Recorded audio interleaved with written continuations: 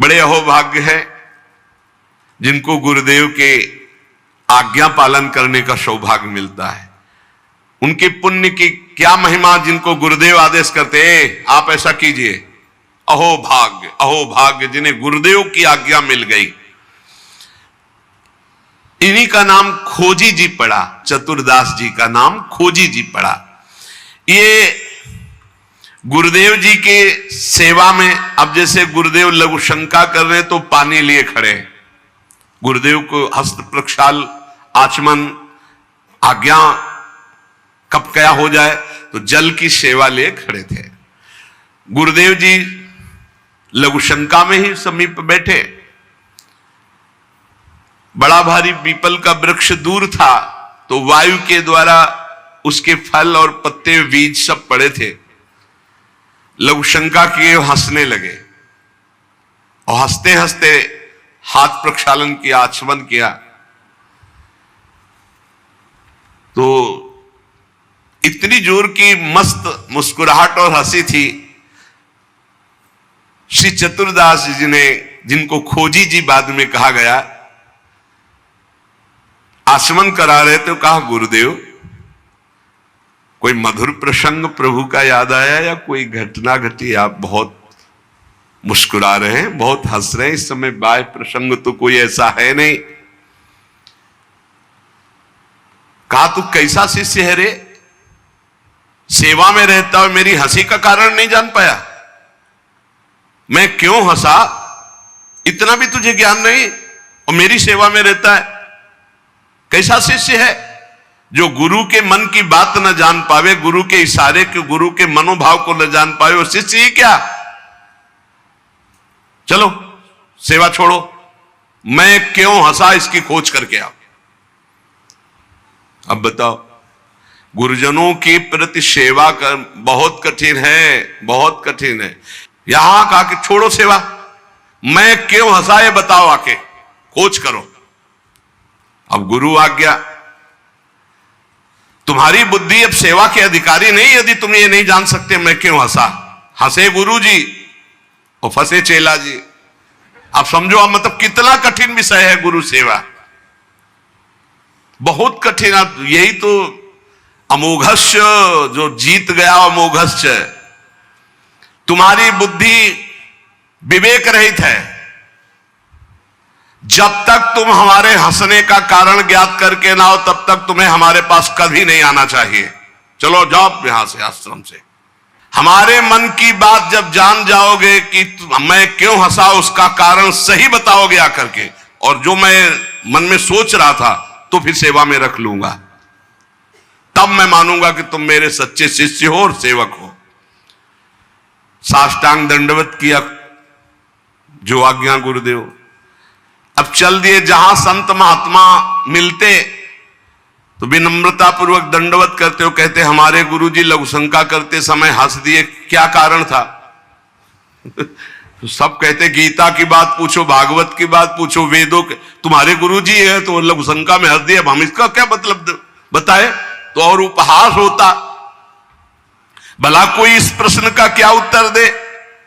कोई सुलझे हुए महात्मा थे, उन्होंने कहा रामायण गीता भागवत का प्रश्न हो तो अभी मैं उत्तर दे दूं, लेकिन आपके गुरुजी लघु शंका करते हुए क्यों हंसे, इसका हमको ज्ञान कैसे होगा? हम कैसे उत्तर दे आपको?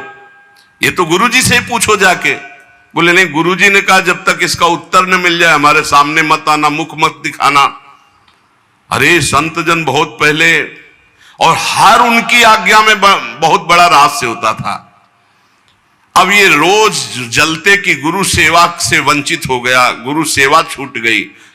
साधक को इस बात की बहुत पीड़ा होनी चाहिए, जिसको गुरु सेवा, तो ये होना चाहिए कि कौन सा अपराध बन गया, दुर्भाग्य आ गया कि गुरु सेवा छूट गई। वो रात दिन जलते इसी प्रकार, और संतों से जा जाकर पूछते पर कोई समाधान नहीं मिला। अब उन्होंने विचार किया गुरुजी के सामने जाना नहीं, सेवा है नहीं, तो अब शरीर को रख के क्या करें? शरीर को नष्ट कर देते हैं, शरीर का परित्याग कर देने की ठानी। ये देखो, ये है गुरु भक्त का लक्षण कि अब शरीर रख के क्या करें? गुरुजी ने सेवा से निकाल दिया, उत्तर मिल नहीं पा रहा, तो शरीर किस काम का? अब वो एकांत में निर्जन वन में जाकर बैठ गए और नाम जप करने लगे और सोचा बस भूख प्यास से पीड़ित होकर यही शरीर छोड़ दूंगा, कुछ खाना नहीं, कुछ पीना नहीं, रात दिन भगवान नाम जप करना, शरीर छोड़ दूंगा। गुरु की आज्ञा पे थे, जिज्ञासा प्रबल थी, सेवा छूट गई थी, पीड़ा बहुत थी। अभी कुछ ही दिन हुए थे, न अन्न न जल, रात दिन नाम जप और शरीर छोड़ने का संकल्प। महामहिम श्री कबीरदास जी प्रकट हुए, ए भाई आंख खोलो। आंख खोला तो देखा कबीरदास जी, साष्टांग दंडवत किया। हां, क्या प्रश्न है तुम्हारा, क्यों इतना कष्ट सह रहे हो? इसका मतलब समझ रहे हो? जब कोई सच्ची भावना से भगवान का भजन करता है तो भगवान अपने दिव्य पार्षदों को भेज देते हैं समस्या का समाधान। सुनो, जब तुम्हारे गुरुजी लघुशंका कर रहे थे तो उनकी लघुशंका की ढाल में एक पीपल का बीज बह रहा था।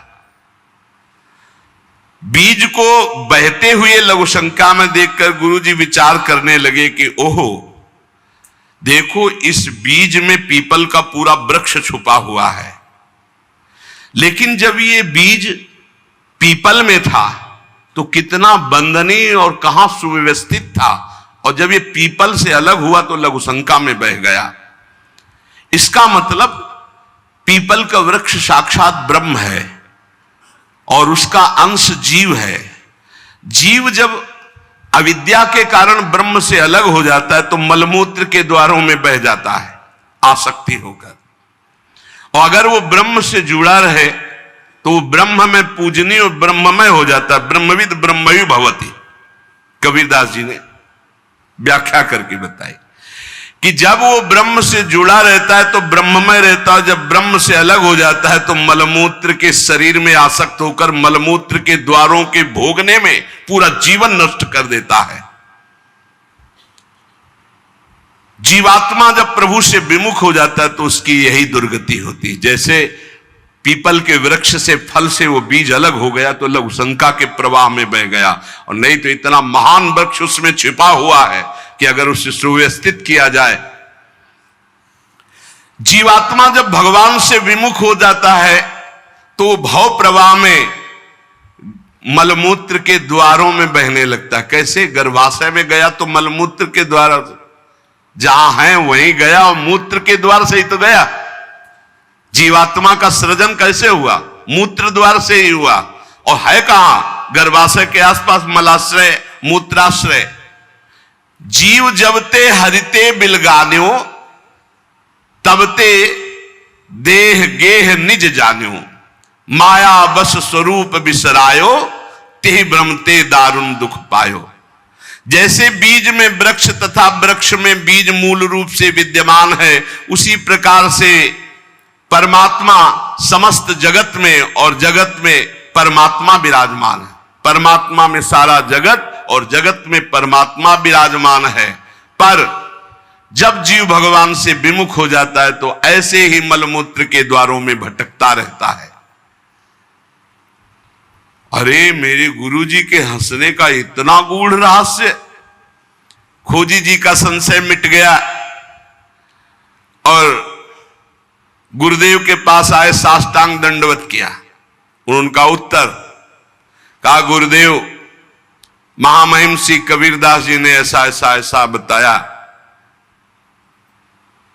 गुरुदेव पुनः मुस्कुराए और कहा, एक प्रश्न ने तुम्हें सिद्ध बना दिया, क्योंकि सिद्ध महापुरुष का दर्शन सिद्ध ही बना देता है। अब आज से तुम हमारे समान सिद्ध हो गए हो। अब तुम आज से हमारे मन की सारी बातें जान लोगे। शिष्य के मन की बात जान लेना तो हर सिद्ध पुरुष का, लेकिन अपने गुरु के मन की बात जान लेना ये बहुत बड़ी बात होती है। कुछ समय बाद खोजीजू के गुरु हरि भावना प्रवीण महा, देह अंत समय बांधी घंटा सो प्रमानिए, पावे प्रभु जब तब बाजी उठे जानो यही, पाए पैन बाजी बड़ी चिंता मन आनिए, तन त्याग बेर नहीं हुती फेरी पाछे आए, वाही ठौर पौड़ी देखो आम पक्यो मानिए, तोरी ताके टूक किए छोटो एक जंतु मध्य गयो सो बिलाए, बाजी उठो जग जानिए। खोजी जी की बड़ी महिमा प्रकाशित हुई, गुरु भक्त थे। आज तक किसी को कहीं भी अगर विशेष कृपा प्राप्त हुई तो गुरुदेव के बल से। खोजी जी के गुरुदेव का जब अंतिम समय आया, भगवत चिंतन परायण रहते थे, उन्होंने एक घंटा बांध दिया और कहा जब मेरा मोक्ष हो जाएगा तो घंटा बज जाएगा, जब मेरा भगवत मिलन हो जाएगा तो घंटा बज जाएगा। शिष्यों से कहा घंटा स्वयं बजेगा जब मेरा शरीर छूटेगा, भगवत प्राप्ति होगी। परंतु आश्चर्य हुआ, गुरुजी का शरीर तो छूट गया पर घंटा नहीं बजा। सब जितने और शिष्य थे बहुत चिंता में हो गए कि क्या गुरुजी की गति नहीं हुई। गुरुजी कह रहे थे जब मेरा गति हो जाएगी, भगवत प्राप्ति हो जाएगी, शरीर छूटते ही तो घंटा बज जाएगा, लेकिन घंटा तो बजा नहीं। और गुरुजी के वचन परम सत्य, इसका मतलब गुरुजी को भगवत प्राप्ति नहीं हुई। भ्रमण में गए थे, कुछ समय बाद खोजी जी आए तो बड़ी समाज में उदासीनता थी शिष्यों में सब, और खोजी जी से कहा गुरुजी की सदगति नहीं हुई। क्यों? गुरुजी तो स्वयं ब्रह्म स्वरूप हैं। बोले उन्होंने घंटा स्थापित किया था कि जब शरीर छूटेगा भगवत प्राप्ति होगी तो घंटा बज जाएगा, तो घंटा तो बजा नहीं, तो गुरुजी के वचन असत्य नहीं हो सकते, मतलब गुरुजी का मोक्ष नहीं हुआ। खोजी जी कहां गुरुजी का शरीर छूटा था? बोले आम के पेड़ के नीचे गए, जहां गुरुजी लेटे थे मुझे बताओ। बोले यहां लेटे थे। लेट गए और सामने देखा तो एक पका हुआ आम था ऊपर। उनका इस आम को तोड़ो। आम को तोड़ा और जे भी उस आम को चीरा तो एक कीड़ा निकला, और बस वो कीड़ा अंतर ध्यान हुआ, सोई घंटा बज गया। कीड़ा अदृश्य हो गया और घंटा स्वयं बज गया। बहुत विचित्र बात है। भला इतने सिद्ध महापुरुष, क्या इनकी गति में अंतर आम ने डाल दिया? बोले हां, दो इसके भाव प्रकट किए। शिष्य की तो योग्यताई नीके मन आई अजू, गुरु की प्रबले पैने को घटी क्यों भई, सुनो या की बात मन बातवत गति कही, सही ले दिखाई और कथा तिरसिमयी। बोले इसके दो भेद हो गए। पहला, जिसके शिष्य इतने सिद्ध हैं उनकी गुरु की भला गति बिगड़ जाएगी, पर दिखाया दो भाव इसमें प्रकट किए गए हैं।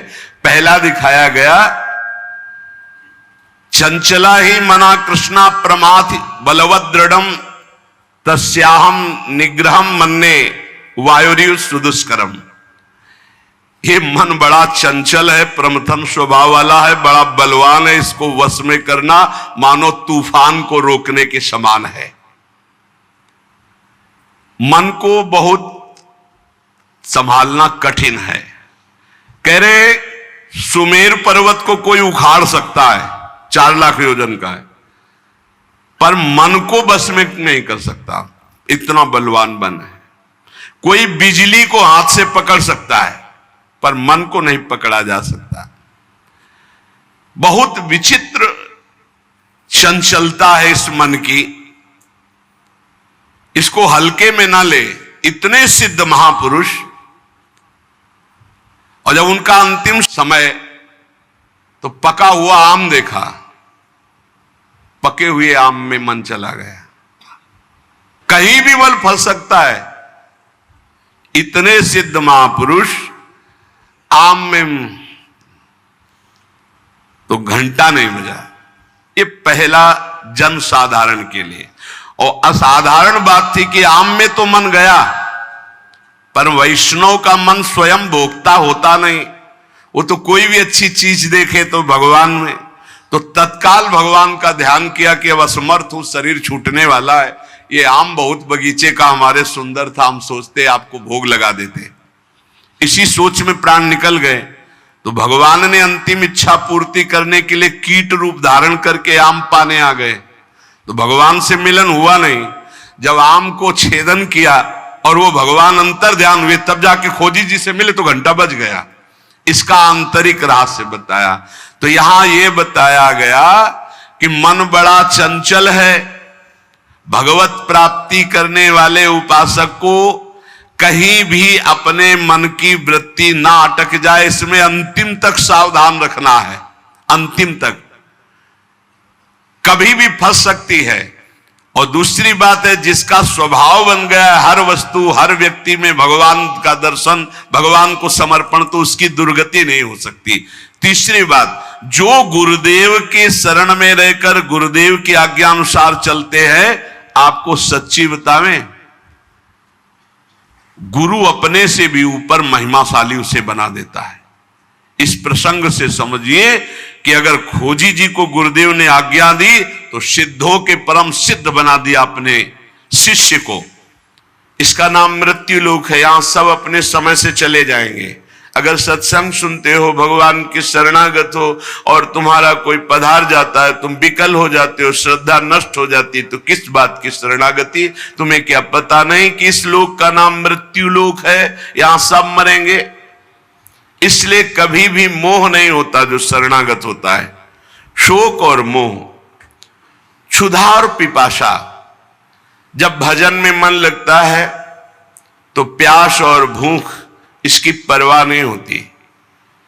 आप आश्चर्य मानेंगे, 8-8, 10-10 दिन, 10-10 दिन भोजन ही नहीं मिला।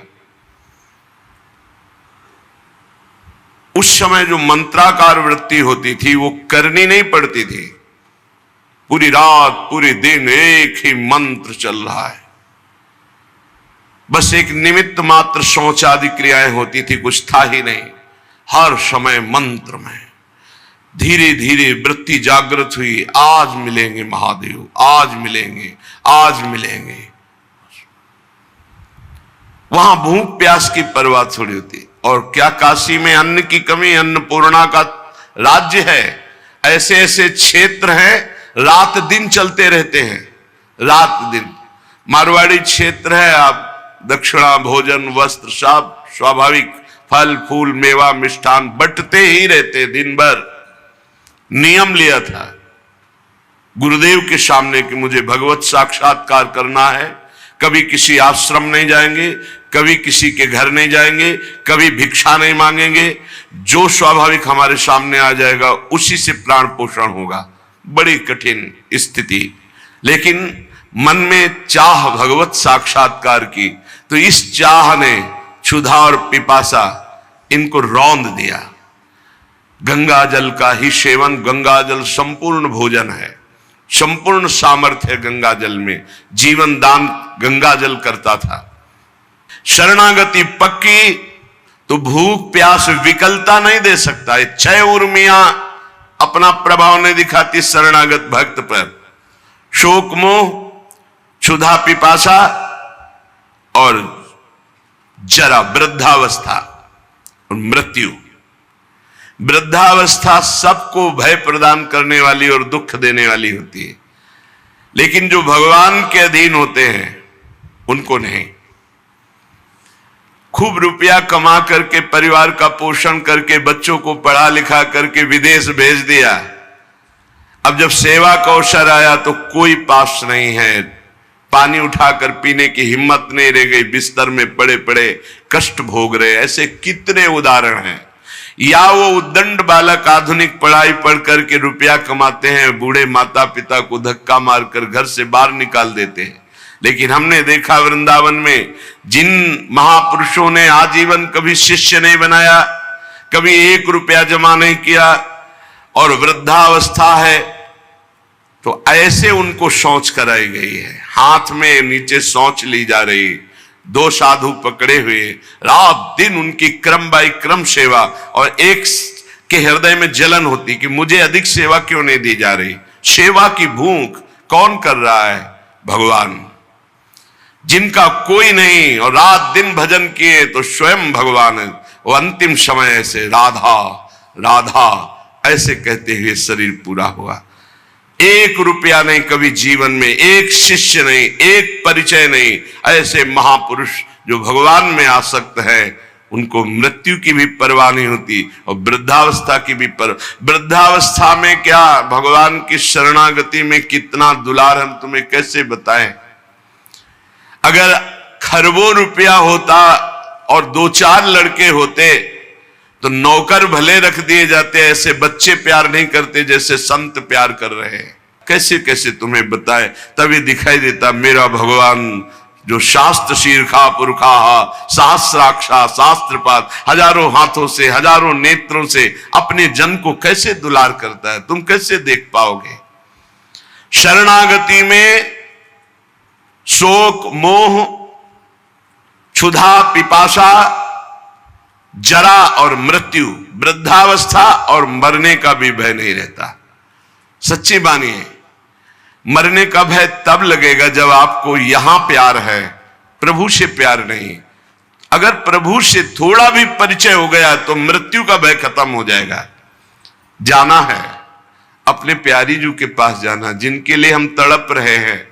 प्रगट में कहीं ना कहीं अंतराय तो पड़ी जाता है, बिना अंतराय के निरंतर अपने स्वामिनी जू लालजू के पास रहने को मिलेगा। शरीर छूट जाए, शरीर छूटना एक महा महोत्सव होगा, कोई शोक का विषय थोड़ी होता है कि अरे गांव में तो मरने की बात कहते चुप रहो, अशुभ मत बोलो।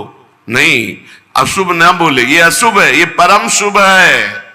मृत्यु की याद करोगे तो भगवान की याद आ जाएगी, मृत्यु को सामने रखोगे तो संसार से वैराग्य हो जाएगा, तुम्हें अपना लक्ष्य दिखाए। यही शुभ है, यहीं से शुभ का जो सही माने में शुभ माना जाता है उसका प्रारंभ होता है।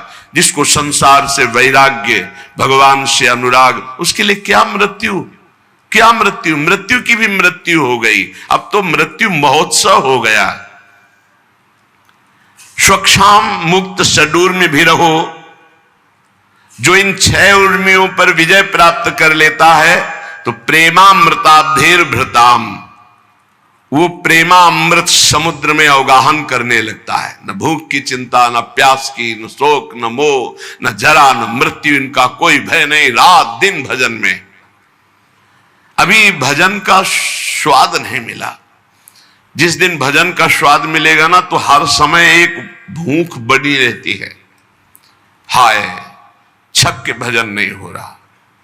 अतृप्तता, जितना भजन करो उतनी अतृप्तता, एक अंदर ऐसी भूख जागृत हो जाती है जो रात दिन भजन करने पर भी कहीं अहम स्फुरित नहीं हो पाता कि मेरा भजन इतना, और जलन होती कि अभी ऐसा भजन नहीं होता। जब महापुरुषों की याद करो तो लगता है कैसी इनकी चिंतन वृत्ति, अभी हमारी ऐसी कहां चिंतन वृत्ति। वो प्रेमामृत समुद्र में अवगाहन करते हुए भी प्रेम पिपासु बना रहता है। वो निरंतर भजन में डूबा हुआ भी रो रो कर भजन की भीख मांगता है, भिक्षा मांगता है प्रभु से, प्रभु के प्रेमी जनों से कि मेरा भजन बन जाए। पूज्य श्रीधर बाबा के सामने जब कोई वैष्णव जाता, चाहे छोटी अवस्था का या बड़ी अवस्था, तुरंत मस्तक वृंदावन की रज में पधराते, अर्थात मस्तक रखकर प्रणाम करते वयोवृद्ध महापुरुष, और बस यही कहते आप सब वैष्णव कृपा करो राधा रानी का थोड़ा भजन बन जाए। और रात दिन भजन में डूबे, एक लंगोटी के सिवा कुछ नहीं पहनते, बाहर निकलते तो गमछा लगा लेते, एक लंगोटी बस, हर समय अपनी कुटिया में एक लंगोटी पहनते, हर समय माला चल रहा है, कथा हो रही है, कोई साधक भगवत चर्चा सुना रहा है, और वो जब बात करते तो इतनी ही बात करते कि कृपा करो आप वैष्णव राधा रानी का भजन बन जाए। कहां भजन की स्थिति, कितना भूख भजन की, रात दिन भजन करने पर भी भजन से अतृप्ति। प्रेमामृत में वो डूबा रहता है। नानाश्चर्य सरासरित गिरिलता गुलमद्रुमाद्यैर्महा, आश्चर्य में सरोवर जिनमें प्रिया प्रीतम जल केली कर रहे। आश्चर्य में परम पावन यमुना जी, जिसमें सुंदर कमल खिले हुए हैं, प्रिया प्रीतम नौका विहार कर रहे। आश्चर्य में गिरिराज जी महाराज, जिनकी तलहटी में युगल सरकार खेल रहे। आश्चर्य में लता गुल्म वृक्ष, जिनके नीचे प्रिया प्रीतम रसकेली कर रहे। आश्चर्य में खग मृग पशु पंछी वृंदावन के जो प्रेम में डूबे हुए, ये सब उपासक अपने ध्यान में देखता है। कभी ध्यान में जल केली चल रही, कभी रास विलास चल रहा, कभी वर्षा ऋतु, कभी झूलन लीला, विविध प्रकार के महासुख की वृत्ति उसके हृदय में। यही प्रेमामृत समुद्र में डूबना।